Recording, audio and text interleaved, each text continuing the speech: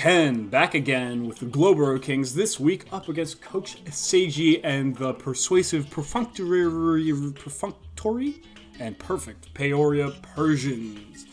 I really hope that that's the right Peoria of Illinois, because there's one in like Arizona, but I didn't really know, and I sent out a DM, but I didn't. Anywho, this team is an absolute monstrosity of a team to prep for, and I'm really excited. So let's get right into this roster and the whole rigmarole. Starting off with Iron Valiant, one of the best draft mons. I think there's an argument for the best draft mon with just how many sets and items and attacks it can run. It can run special or physical with ease. It can hit a stupid speed stat with 116 base on booster energy. That thing is just crazy. It can run Band Scarf, Life Orb, Expert Belt, a Sash, and a Boost with Swords Dance.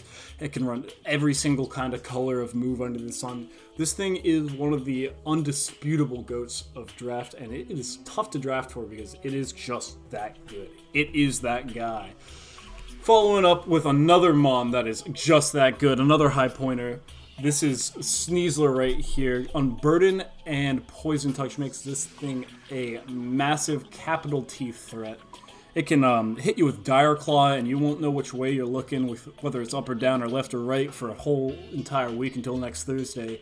And Unburden and Big Nugget into your face lets this thing outspeed like the whole metagame with real relative ease. It does not need a lot to get going. It's got Sword Stance on the back there too, if I'm not mistaken. Really strong mon. Really something that you got to be worried about. And Poison and Fighting, both pretty solid offensive types. Next up, Infernape.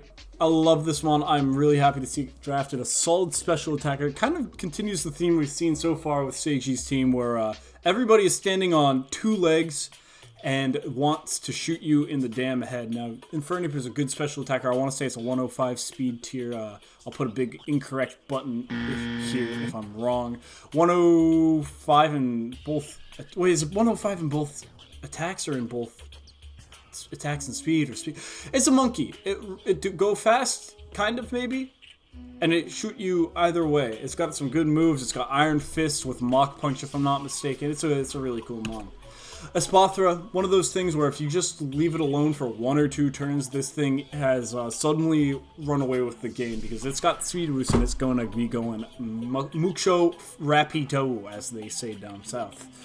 Really cool bird. Actually, I don't think it's cool. I hate this thing. But it's a great mon to draft because just with Stored Power, Protect, and Dazzling Gleam alone, it is a real big threat. Opportunist also is something you got to think about because you can't really counter set up as easily into it. Really good mon. Ogre Pawn Cornerstone is a mon I do love. I love all the Ogre Pawns. Ooga Booga here with a big orc tusks. I love this thing. It's got one of the rare cases of an actual strong, accurate, physical rock type move. And you know what? You got to appreciate that. That Ivy Codchul is real strong. Sturdy as well on something with Ogre Pawn stats is kind of unheard of anywhere else, making this a really unique mon. You can get that Swords Dance or that Trailblaze off for pretty much free, along with, of course, Ogre Pawn's other options like High Horsepower, Play Rough, Superpower, Knockoff, maybe something else that's notable. Really good mon. Porygon 2, I learned my lesson in Season 1 against Coach Owen's team that you cannot discount this thing. You might look at 5 sweepers in a row and think, oh, this team's got no backbone. But no, Porygon 2 is really all you need, because with an Eviolite, if you can't take that Eviolite off, this thing will just sit in front of you and status you and Ice Beam and pivot on you. It can steal your ability. It can hit you with Adaptability. It can hit you with Analytic, I'm pretty sure. It is just a really good mon. It's got that Gen 1 move pool. I love this thing. Perhaps a Season 3 pick for me, but gotta love that little drinking bird arrow glitch fella. Next up, Gothitelle with Shadow Tag legal. I don't know if we've seen too much Gothitelle Shadow Tag shenanigans so far this season, but it's definitely something you gotta worry about in the build, because if you have somebody that just struggles against Gothitelle, this thing can calm mind up against you and be a horrifying win condition. with Toxic and Substitute and all that other stuff. Pretty solid coverage. I know it gets Focus Blast and Shadow Ball. I'm not sure about any fairy moves, but definitely a good mon.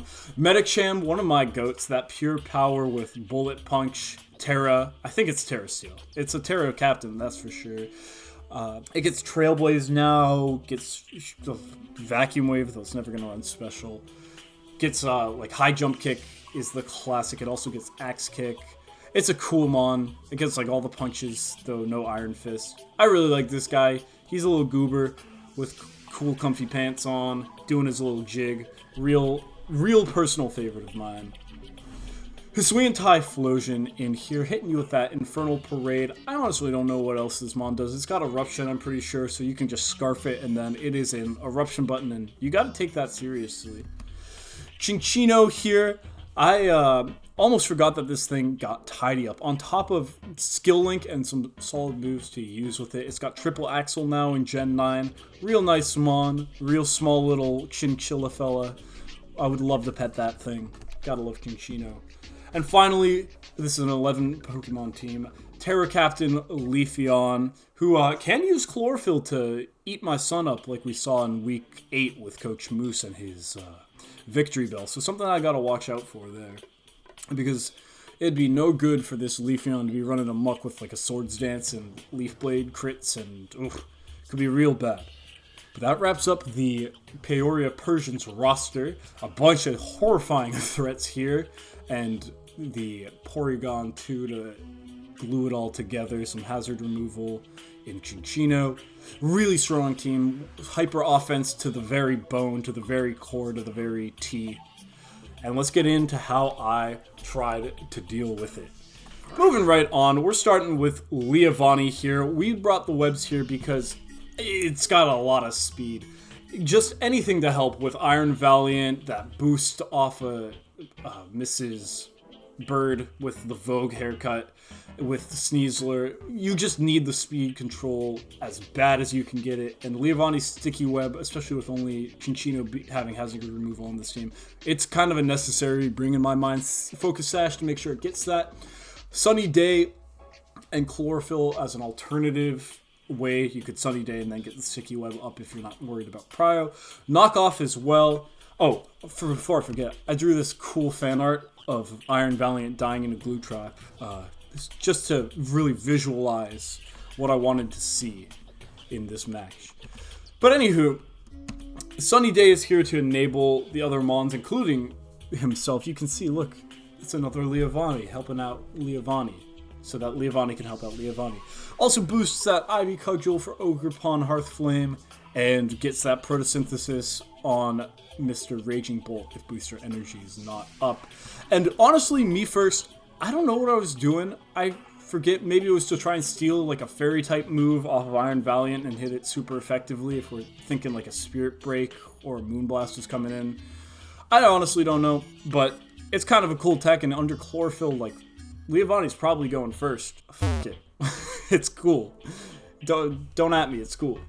Next up, we got Raging Bolt, who just on that last slide. Running Booster Energy, Max Special Attack, Calm Mind, because we want that Thunderclap. Thunderclap raw into a max offense Iron Valiant can straight up OHKO. It's a 98% chance to just one-shot that thing. I was walking into this match thinking that that would be a dead and done way to deal with this. And of course, you have to worry about those Moonblasts, those Spirit Breaks coming out of Iron Valiant. That's why we max invested in HP. You don't know which side is coming on.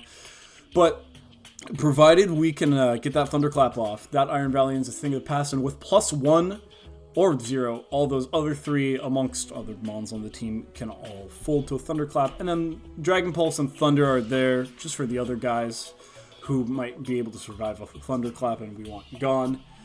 Dragon Pulse specifically for those 3 because they are all very good at dealing with Thunder and Thunderclap.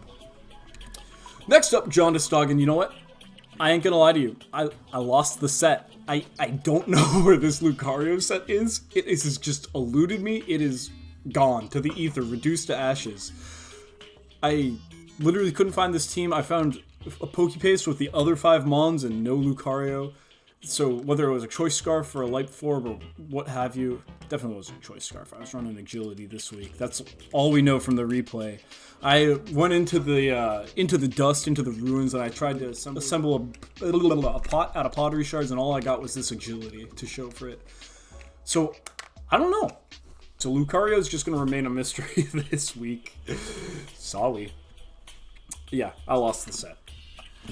Next up, Big Clodsire. Oh, we're broken. Don't look in that bottom right. I'll put something over there. I guess I didn't set that up properly in the staging. Anywho, Black Sludge, finally, he gets to be blissfully ignorant. After like 4 consecutive weeks of running Water Absorb, Clodsire finally gets to Zan out and be unaware. Careful Nature, Max HP, Max Special Defense, Spikes, Earthquake, Gunk Shot, and Recover. The spikes are mainly to enable those 2 sweepers, or physical and special, and Raging Bolt and Ogre Pawn reverse respectively. And the Earthquake helps deal with some of those other threats. And Recover and Gunk Shot are specifically to help deal with Iron Valiant. Because outside of, I guess, like Zen Headbutt and Ice Punch, Clodsire can deal with this thing's stab types really, really well, really quite nicely. So ideally, in a perfect world, this Iron Valiant's not set up to take care of old Clodsire, and we can recover and chip it down. It can also hit that Gunk Shot to Oko it, I'm pretty sure. I didn't run the calcs back, but based on Iron Valiant's less than stellar bulk, I'd imagine it's an Oko. Oh, never mind. Iron Valiant's decided to leave us. I see what happened. Moving right past that, Ogre Pawn, Hearthflame, Kabuki Scrams, my guy with the Hearthflame mask in hand, or rather on face. Jolly Nature, that Mold Breaker, 252 attack, maxed out speed, not plus 20 special defense, it was actually plus 4. 4 uninvested with Nature, but whatever, don't look at the errors, just look at how pretty that 3D model is. Swords Dance, Trailblaze, Ivy Cudgel, and Super Paddler. Now this thing was mainly for counter Ogre Pawnage, because that other Ogre Pawn is something I want to be able to deal with. Neutral into Ivy Cudgel, so we include Superpower, and a Trailblaze enables my Ogre Pawn to be the fast Ogre Pawn in the setup. As well, with a Trailblaze, we outspeed non-booster Iron Valiants and anything else on the team that's unboosted. And Swords Dance is there to essentially enable Ogre Pawn to one-shot everything with Ivy Cudgel. That being said, we have to get a Swords Dance off into this horribly offensive team, but we'll see what we can do, right? We, of course, brought the Big Bonk. That's what her game is. She come up, she pressed Swords Dance, she tried to Big Bonk. That's the plan. If the sun is up because of Leavanny, that's even better. Finally, we got Minior, who's showing off his debut performance with the Glowboro Kings this week. Tapu Bulu and another teammate were traded off into the ether, into the free agency, so that Minior could fly. This Minior is going to be debuting this game. Shell Smash, Acrobatics, Stone Age, and Zen Headbutt. Shell Smash so that he can get real nice and boosted up. And the Stab and Zen Headbutt so that he can deal with some of these. That Acrobatics after a White Herb is looking real good and is going to smack pretty much all of those fighting types for an Oko, which is really, really nice to have. With that all said, let's get out of my team preview and get into the replay. Or, as I would like to say this week, let's go to the laundromat. Alrighty, back in the replay machine.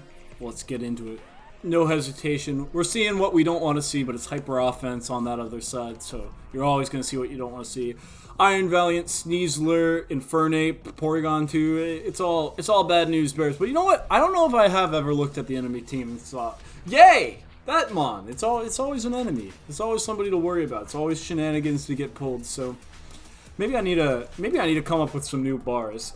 Regardless, week 10, Peoria Persians, Glowboro Kings. Let's break right into it with the lead off. Looking at Leavanny and Chinchino, horrible. This thing packs triple axle all the time. It's also got Rock Blast and Tidy Up to get rid of the hazards. I'm almost certain that I forgot during Team Builder that Tidy Up was given to Chinchino and not just Mouse Hold as a signature move. And I'm pretty sure that this face-off was the moment that I remember, like, shit, I can't actually just lead Leavanny for free. So we get the hell out of dodge. Lucario taking that triple axle like a champ, though surprisingly good damage for resist there.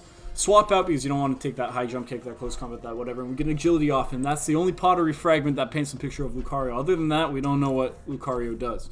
Minior coming out here to resist the fire type attack, thanking the lords that were not burned.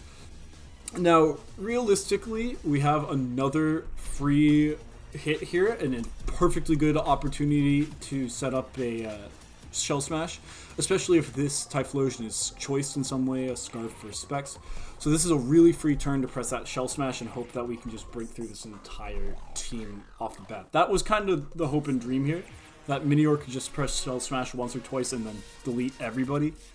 And outside of like some priority out Mr. Infernape or Sneasler getting on Burden to proc with like a Focus Sash, it's semi-feasible.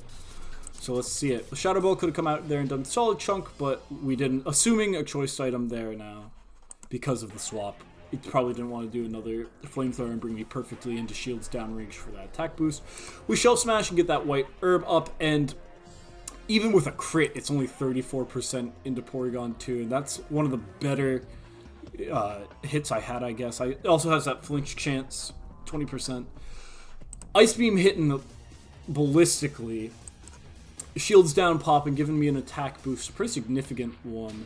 But we can only take one more of those Ice Beams from Porygon 2, or one more anything, realistically. So not what you like to see. We hit a Stone Edge coming up 4% short. That's one tick of the damage roll, I'm pretty sure, which is... It's tantalizing, but it's how it goes. I'm not sure if it was a roll or not, or if that was max damage and I just had to crit with Stone Edge, but who knows? I'm not going to run the calc, or maybe I will. If I did, I'll put it here. If I didn't, it's not there. But tragic. It would have been a really big moment to get that Stone Edge kill, but alas, we do not, and the Ice Beam comes out there. Minior dead. Now, it's a big source of hope, but I didn't want to have Minior that was that low come back out and try to set up again, because it probably just couldn't. It probably would just die. Maybe keeping it for the boosted acrobatics would be a good idea, but who knows. Leavanny comes out here. Easy KO or Sticky Web or Sun to set up here in front of this Porygon. We get Chinchino out. We press the Sticky Web, which makes sense. We've got a Sash, but we know this thing is packing triple axle, so we can't be too confident. Regardless, the Tidy Up goes right off, getting that speed boost in Sunny Day, so I still should outspeed this. Knock off to bang it. Hoping for perhaps the prediction of another Tidy Up, which wouldn't have been that bad. We would have been able to not outspeed it, but do some more damage to it. Or even me first and steal the boost, which would have been actually a legendary team, but it doesn't go, so we died at the triple axle. But we got the Sun up for Ogerpon and Raging Bolt. Raging Bolt comes out here, Photosynthesis going up. We've got a Proto Energy Booster Vial item fella Majig in the back, but we don't have to use it yet. This allows us to maybe switch out before that Sun goes and hold on to it for later. Thunderclap fails as we get tidied up on. Kind of too bad. And Thunderclap comes, crits, and kills. I don't think the crit was necessary, but it's nice to get that thing out of here. We get a free Calm Mind because we're expecting something of status out of here. Probably, well, in this case, definitely a Toxic. So a nice stat boost to have here and now. The issue here is that we risk missing a Thunder or getting Iron Valiant into a Dragon Pulse. The booster energy triggers, which is kind of inopportune timing here, taking some damage on that Protect. And then the Dragon Pulse gets this Porygon 2 dealt with, which I'm very happy about. In this scenario, Chinchino and Porygon 2 for Minior and Leavanny, it's not the best trade because Minior was a important sweeper into this enemy team, but getting those two, getting the hazard removal and the big wall out of the way is definitely nice. Toxic ticking down an Iron Valiant makes a lot of sense here.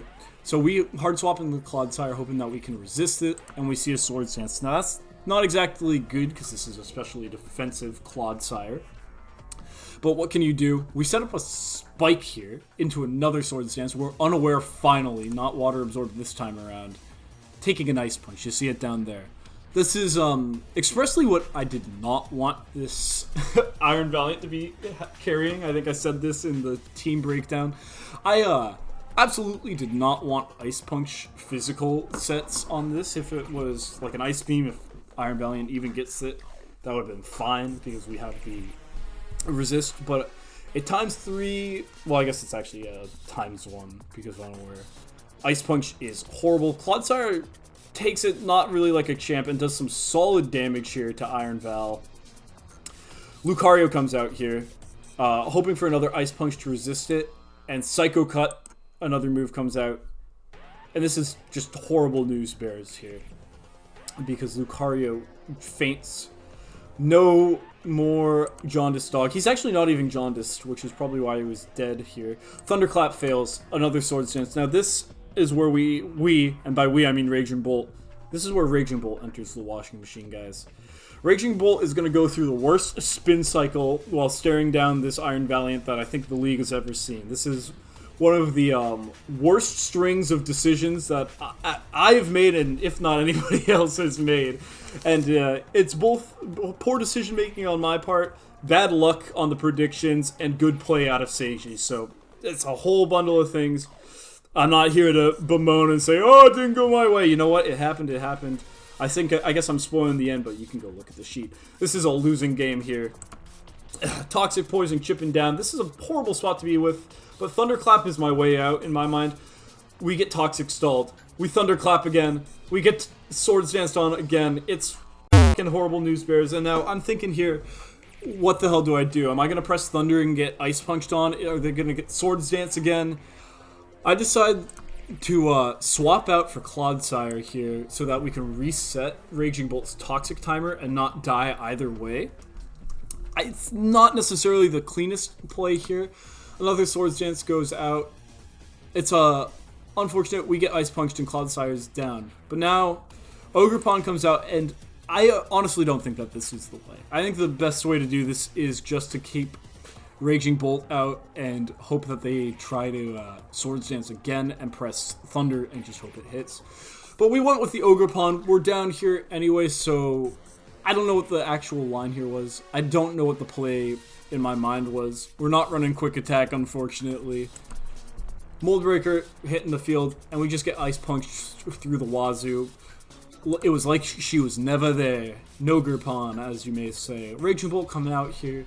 And you know what? The Toxic timer, 6%, you have maybe 3 turns. So this is expressly a lost game. Even if I kill with 3 Thunderclaps, I think somebody should just be sitting in the back. But we can see, because don't you worry, my troubles are not over. Raging Bolt is still thoroughly getting washed. Swords Dance here. We predict it, we hit the Thunder, but we hit the button and we miss the attack, and it's horrible. It's the worst. 6% ticking off. The time is filing through this hourglass here. At this point, I'm crying.